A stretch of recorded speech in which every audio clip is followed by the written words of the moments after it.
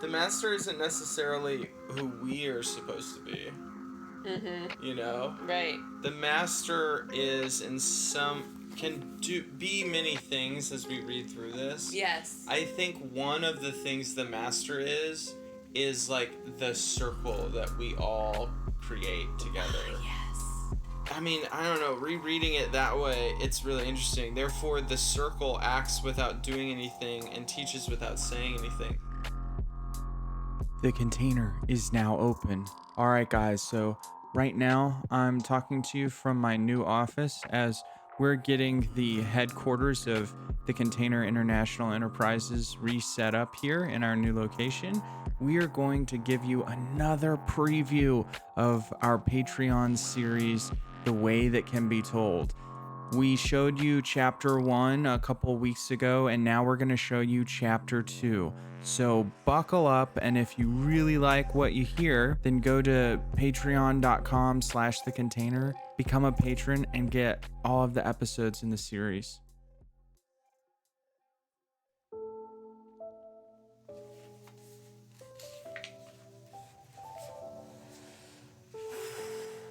Chapter 2. Chapter 2. When people see some things as beautiful, other things become ugly. When people see some things as good, other things become bad. Being and non-being create each other. Difficult and easy support each other. Long and short define each other. High and low depend on each other. Before and after follow each other. Therefore, the master acts without doing anything and teaches without saying anything. Things arise and she lets them come. Things disappear and she lets them go. She has but doesn't possess. Acts but doesn't expect. When her work is done, she forgets it. That is why it lasts forever.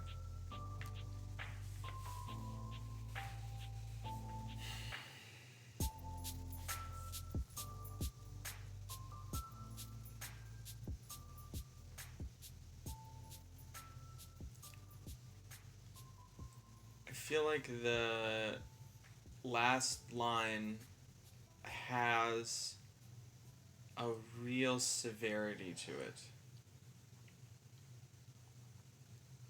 It is really definite and huge. And it lands in me. I have the experience of this many times when I have listened to or read the second chapter, that this last line, that is why it lasts forever, feels so big. It's both a challenge, almost like I'm like, it reminds me that there's something in me that wants things to last forever. And there's this challenge of like, what do you do that actually lasts? And what's funny is Laozi's perspective is probably really nothing lasts. So nothing you do lasts forever. Or like by removing, like putting attention on it is what causes it to end. Right. And so that it also is what causes it to exist. So in removing your attention and your awareness, like it lasts forever. Right. But there's no perceiver to perceive it, so it doesn't last forever. Yeah, and then I think there's also this, if we go back to chapter 1 and that darkness within darkness, there's also a way that it being this thing where there is no perceiver, this forgotten thing that was done. Yeah. It like you return some element of being back to the darkness it all came from. So there's this like sweet like infinity to it. Like go on, go back to the darkness. Go back to the mother. Yeah.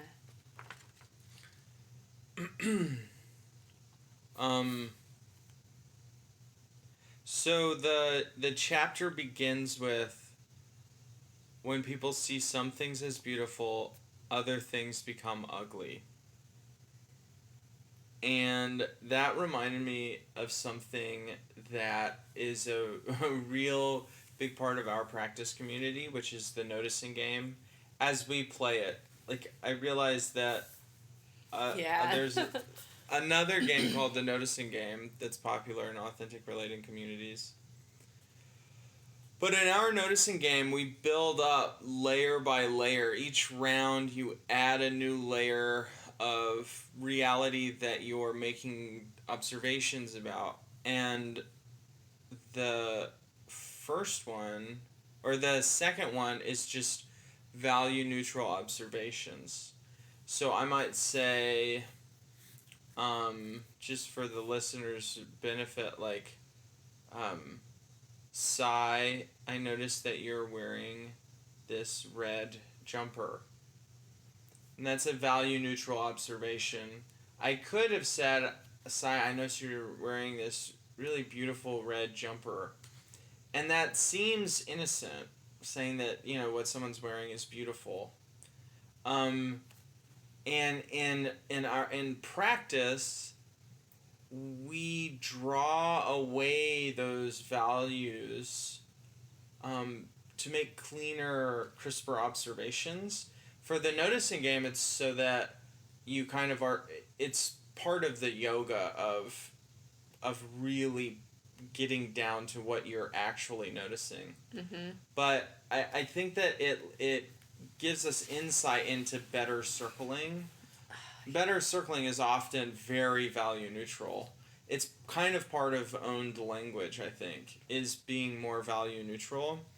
And I think this reminds us of, like, there is a heart of that goes way beyond the psychological leg up that making value neutral observations gives you.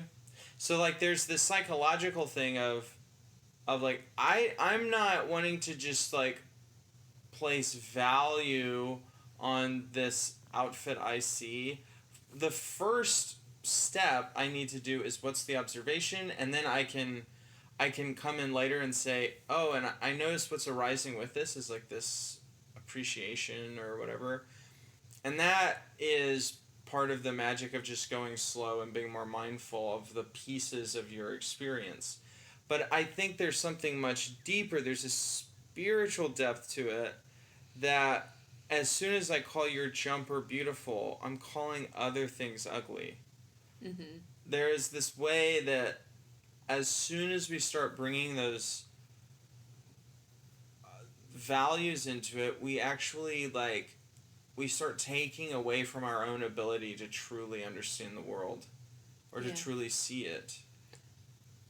And it's something, and I learned this skill, what I consider a skill of making value neutral statements and sort of removing these value adds to the way that I speak directly through circling and through the noticing game. Like, that is where I learned it. Mm-hmm. And something that I discovered about myself that was really profound in removing value adds was that it's actually can be really manipulative.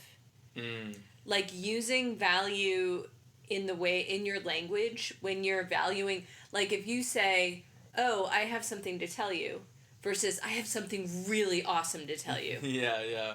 Like, now I'm sort of like manipulate, like, there's a manipulative aspect to it. Like, it's really awesome. Yeah.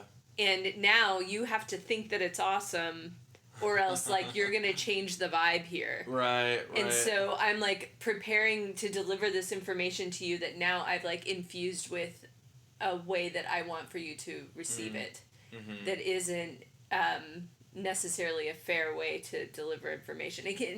it seems so subtle. It's like a way that I have operated my entire life, in communicating, especially with family members, or like in delivering maybe hard to deliver news to someone, like in my professional life, where it's like the sugar coating or something. So it, yeah, I learned through circling that it can be manipulative in addition to all the other things that we've mentioned so far. Yeah, something I just had a catch today with you in conversation, where I was actually like, it reveals to me how we can almost accidentally manipulate ourselves when we're like casually adding in these value judgments. Mm-hmm. I was saying that I love. This is like a little bit of a bend to things, but I was saying that I loved doing something, and I caught myself because loved creates this value narrative around like I really like it, or like it makes me feel a certain way. It's not quite the value neutral thing, but I think it's really close. I think it's actually is an emanation of it. Um, what I really could say was that I do this thing a lot. Mm-hmm. Yeah. I don't actually love it. When I think about it, I don't feel warm and fuzzy. When I do it, it doesn't feel great. I do it a lot. It's not I love it. And there's this way if we don't check that, now I've said I love to do this. Yeah. And then I've said that to someone else, and if I'm not checking it, I remember myself saying that, and then I continue building this story where Jonathan is the person who loves doing this Yeah. thing. Which I guess there's no reason to keep it a secret. It's like I often will put emphasis on a syllable that doesn't often get emphasized. I don't know if it's a joke or it's just a tick or something, or it's kind of a fun It's a habit. little habit. I think you called it a compulsion. Yeah, right. And it's not that I love it, and but I do it a lot, and just that little thing, those little things add up. You start tagging on this value, these little value statements, and if you don't really watch them, they start to manipulate you. Yes. And your own understanding. Yes. This discovery is what led me to the discovery of these little mini containers that I constantly create. Like container. Where I create like by valuing, like by adding these value words to activities that I do throughout a day, I then create these little containers of like of negativity, for example. Yeah. Like, oh, I have to go get in the car. I hate traffic. Like, right. It leads to these like beliefs that about like, oh yeah, I am a person who hates traffic, and that means that I can't be happy when I'm doing this task. Like it creates this like effect that goes out and out and out. I didn't even expect to go in this direction with this. I'm like loving That's this. Interesting, yeah. I really like the traffic one because it's like there are so many ways to approach that time in traffic. Mm-hmm. And I feel, as soon as you said that, I feel like I vividly have this experience of there being traffic and then me just being like, oh fuck, there's traffic. Right. There's like this trained value judgment about it. You're right. It creates this container where now we're dealing with the like snake's nest of traffic. This sucks. And it's like, I mean, is it the worst thing ever? Is that the container we want to create around it? That's probably not what we would choose if we could just sit back and press buttons on what's the container going to be. I have a question for you. Since you've started circling, and this is, I just know that I know what the answer is for me, and so I'm curious what it is for you. Mm-hmm. What has, with the traffic being an example, since you've started circling and started noticing when you're adding these values and whatnot, and like, given that that's, that's obviously caused us both to grow in a lot of ways, like, what is your experience now of being in traffic? Mm-hmm. Like, yeah, what is it like now? Um, yeah, it's interesting. I I think in general I am more chipper because I create fewer negative containers. Mm-hmm. Uh, I create way more. I consciously create way more of the containers that I find myself in. Mm-hmm. But like I'm thinking about situations where I'm in containers that end up bad feeling in me. Mm. Feeling bad in me maybe. Because I'm thinking about today, I had an interaction training with my dog that left me really activated. And I was trying to consciously create a positive container through high value treats. And, anyways, like, my best efforts did not succeed. And I left that interaction feeling really frustrated. Mm-hmm.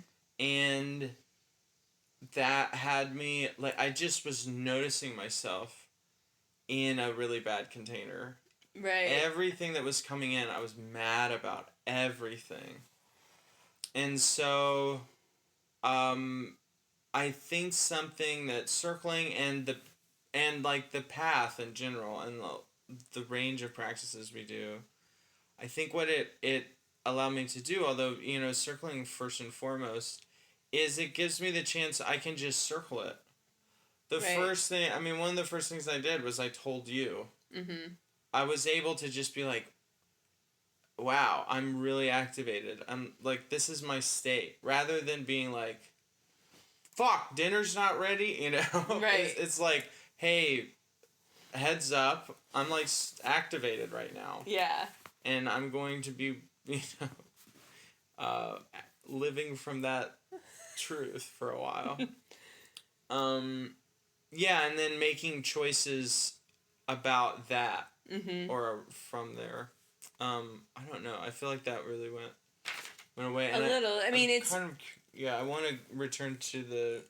I was thinking about where I find myself in like old situations that used to have high charge and high activation, and I'll find myself in that same place, in that same container, so to speak, and there's like this old program that goes like, whoop, this is where I get mad, and then I get to that spot and I'm like, oh wait, but I like actually am not activated, but it's like it's like there's a pathway in my brain that goes up into the like, oh, this is how I act in this, and then it's like, oh wait, I don't do that anymore. Yeah.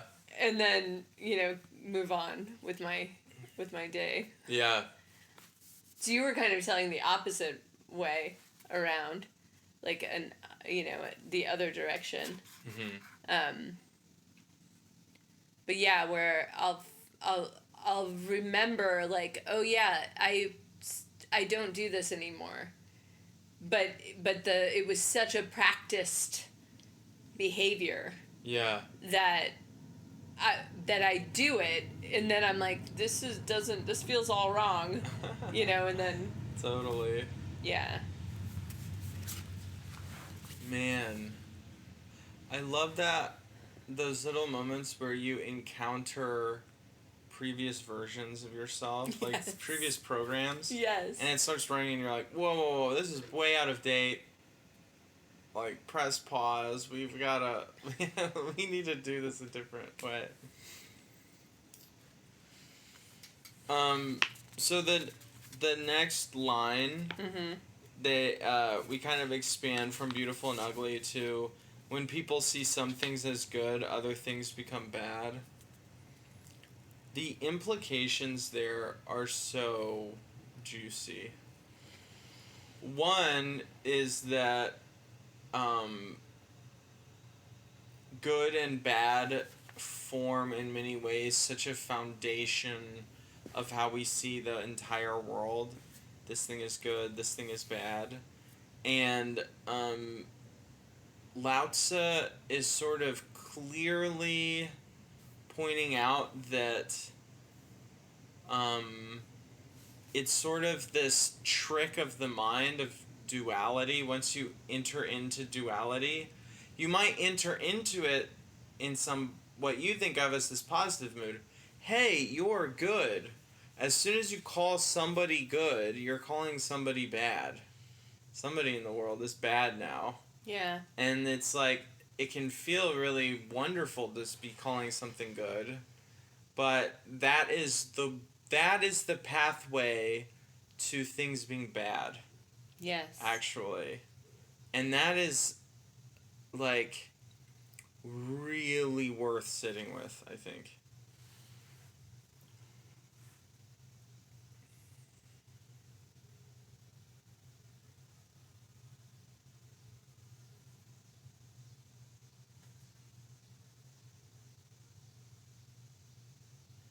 Yeah, I'm trying to think of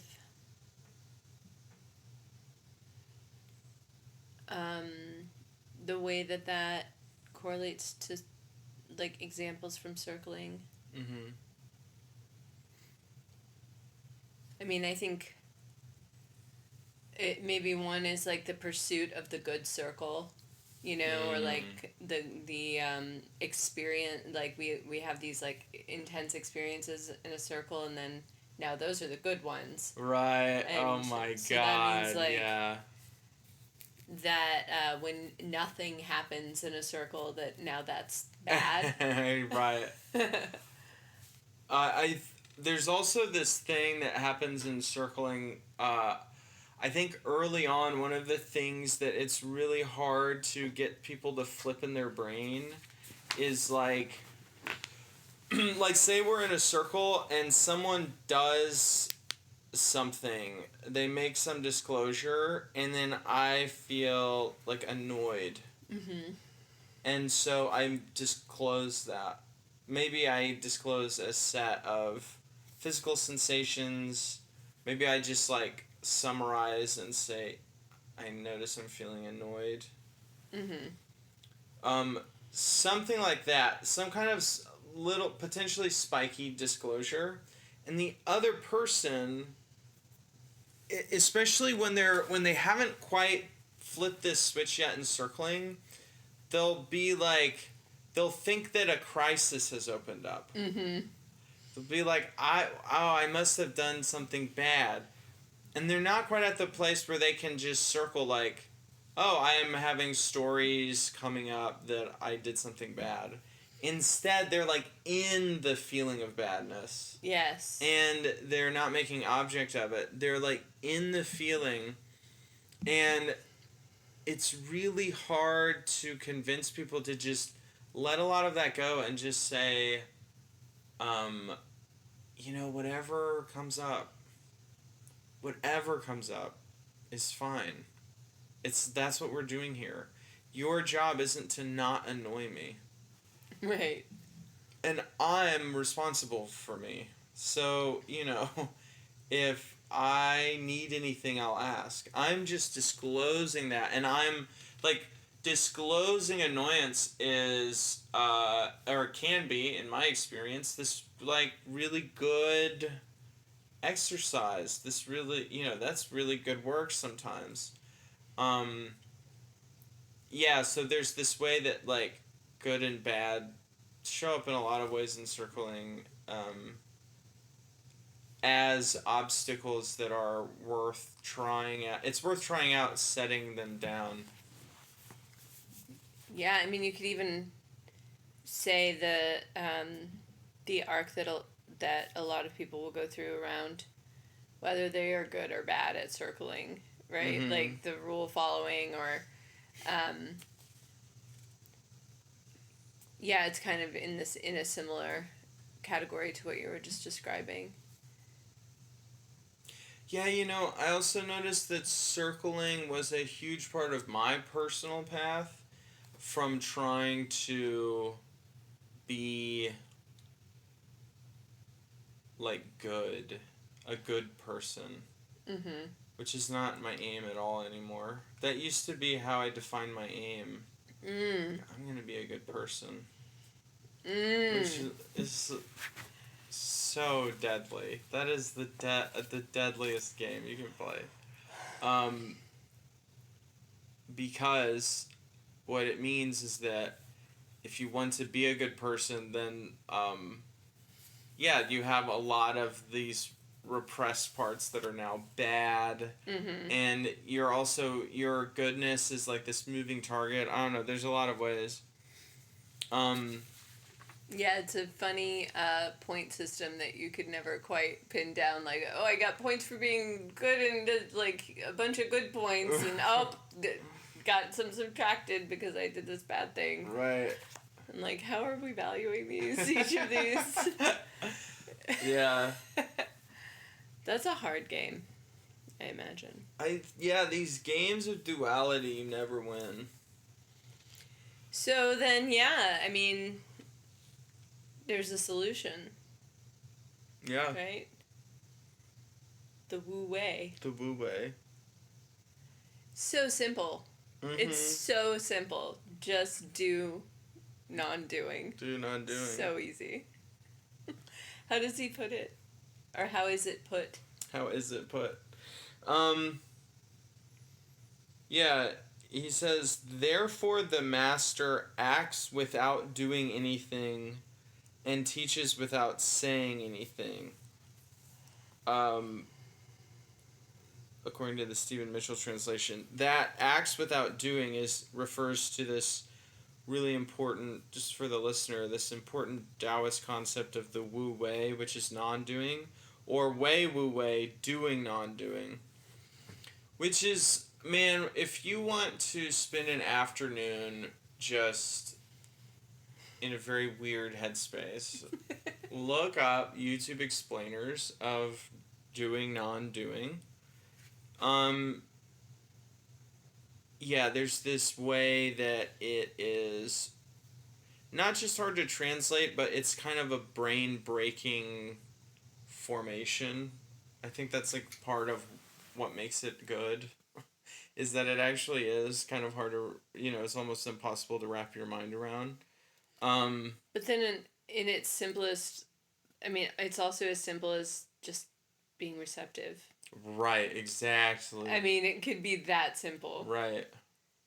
Yeah, and I think that is, when I was reading through this earlier today and like just kind of priming myself for what this teaches us about circling. Mm-hmm.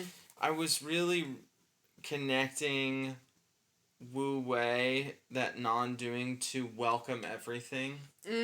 And more strongly it was remind me of our conversation with John Thompson of Circling Europe, and their idea of surrendered leadership.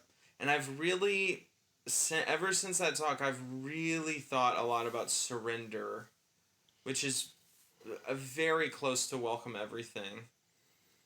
And I find like surrender is, in a lot of ways, it's Wu Wei. Mm-hmm. It's the act of going with. It's this ultimate act of yes. Yeah. And that is a doorway that, the gateway to understanding. To all understanding. All understanding. That's so interesting. What came up for me around circling with the Wu Wei and the non-doing is this, you can call this like a phase I've been going through in circling, where I'm staying true to the present moment, and something will come up, and then I'm like, oh, I missed it. I didn't disclose it, and then I will just finally get to a place where I'm like, the circle will take care of it. Right. Like, the circle will take care of it. I give it to the circle. And sure enough, when I like set this intention, like I am releasing it to the circle would take care of it. The circle takes care of it. Like it will pop out of someone. Like it'll come out like over here in a fractal form time and time again. Not just once, not just twice, like repeatedly. And that the part where it says the master acts without doing anything and teaches without saying anything. That's the first thing that came up for me. It's like in that choice of silence. I mean, it teaches me, and maybe it teaches other people too. It certainly teaches me. Yeah, it's interesting here to think about the master. The master isn't necessarily who we are supposed to be. You know? Right. The master is be many things as we read through this. Yes. I think one of the things the master is like the circle that we all create together. Yes. And Yes. And so there's points where, I mean, I don't know, rereading it that way, it's really interesting. Therefore, the circle acts without doing anything and teaches without saying anything.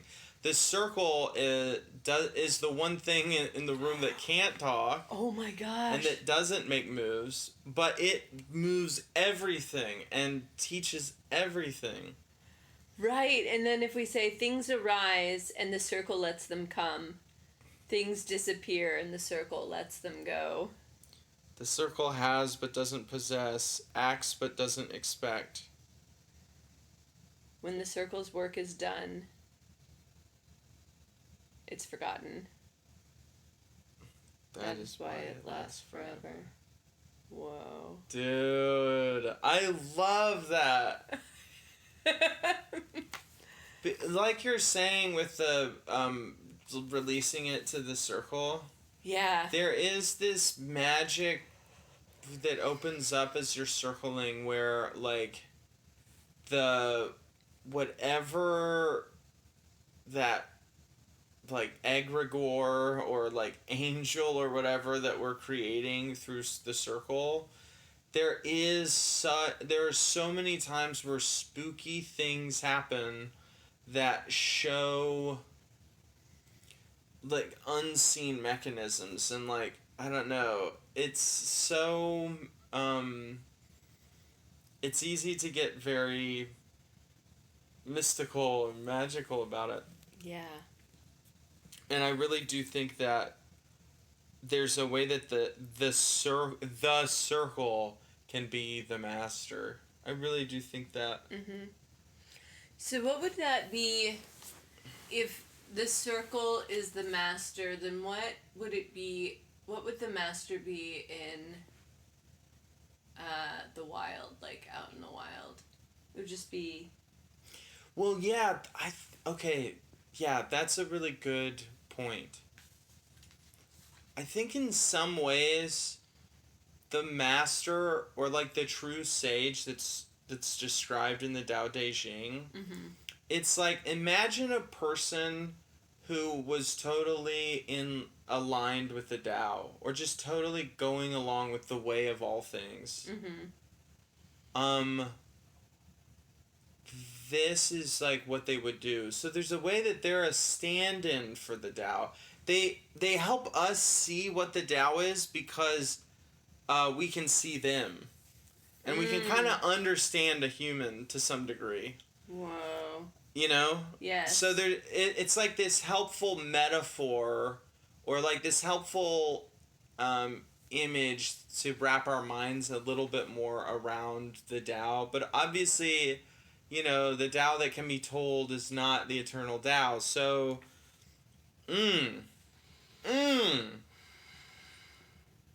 so it's just not, you know, quite.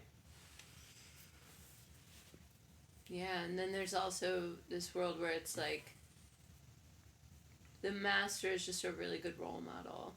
Mm-hmm. Yeah. Like on this very earthly level. Like, totally. You know, the master is just leading by example. Mm-hmm. Like leading through surrender, like you said with the surrender, like showing leadership through the welcoming of everything. Right. Like that is the master. Right. Yeah. And that I think something I hear in that is we always have there's always like some choice we can make in the moment to be masterful. Yes. You know. And that's the acting.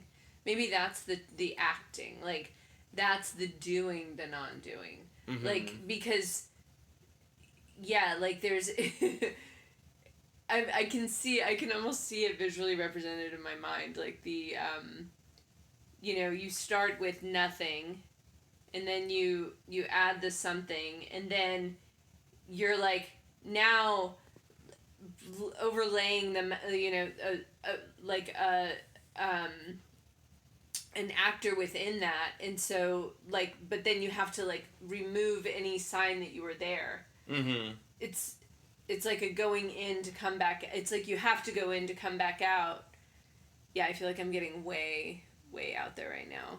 I can see in my mind like the movement of it, but I can't quite get the words out the way I want to. Yeah, I really know what you mean. There's a way that when I'm really connecting to the thoughts in the Daode Jing, it's almost more like an imagining of movement, and I like totally get it in my body. Like I can totally get it somewhere down here. Like, oh yeah, that I see. And that makes me think of the middle path too. I wrote a poem about this last year that was about like the process of awakening, like my experience of it. And one of the metaphors I used was like of like a metronome, like kind of like when it's like in that middle, it's like doing this back and forth, or like the way that a cobra like sways. Like there's something about the swaying movement that describes it. That reminds me of things arise and she lets them come, things disappear and she lets them go. There's a swaying in that of like, now it comes, now it goes. Yeah. Tide comes in, tide comes out. Like, not good or bad, just comes and goes. There's not a good or a bad. Yeah, there's not. Something about that though, like a chunk that we haven't like gone in too deeply. It kind of reiterates the point of the early thing. Mm-hmm. But I kind of want to just go through it for I don't know, to be complete about it or something. But I also I want to do it because I think it reminds us of we can read this and agree with it and accept this framework where seeing things as good and bad is bad. Right. And it's good to not see things as good and bad. It's like so easy as soon as you read this to like remain in duality but be like, oh, non-dual is better than duality. Yes. And now you're just you're in it still. And that's okay too. It's like and these things that he lists show us how duality, once you set up there's a good and bad or a beautiful ugly, like once duality is introduced, it creates a lot of the way we understand the world. Right. So like being and non-being create each other. Difficult and easy support each other. Long and short define each other. High and low depend on each other. Before and after follow each other. There's one I was reading a word for word translation, like literal translation, One of these that he doesn't have in here, sound and tone. So it's like noise and music, which I think really gets at what we're talking about. Yeah, and then these words create, support, define, depend, follow. Yeah. Like that, I think to your point a minute ago, those are all important parts of our reality, like understanding our reality. I feel very proud in this moment that I used the word important instead of a value. Like, maybe that is a value word, important. Yeah, it is, I think. But I see what you mean. It's saying that it's vital rather than saying it's good. Right. Yeah. I was just noticing. Yeah, I think that I notice myself, I'm imagining someone listening to this who is a certain someone who I know is like very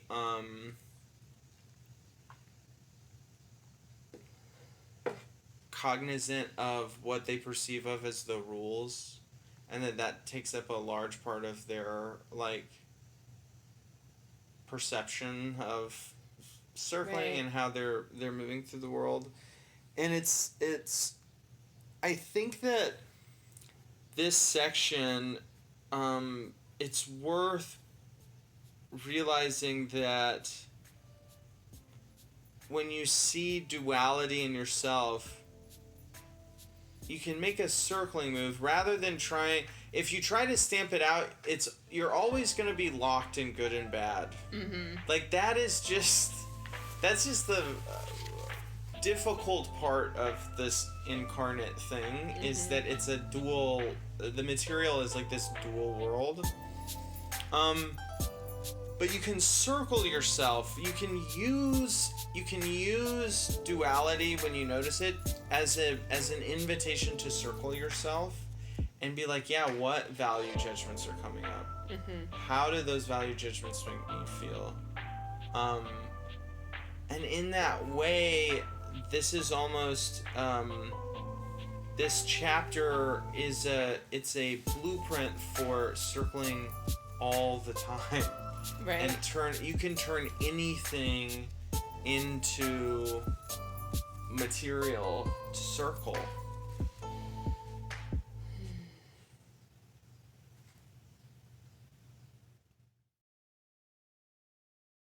The container is now closed. If you love this kind of stuff, go to patreon.com/thecontainer and become a patron by giving us small monthly donations. That gives you access to all 81 plus episodes in this series. Now, I gotta go because my dog needs to go outside. But before we do that, we have a nice way of closing. Keep it namaste.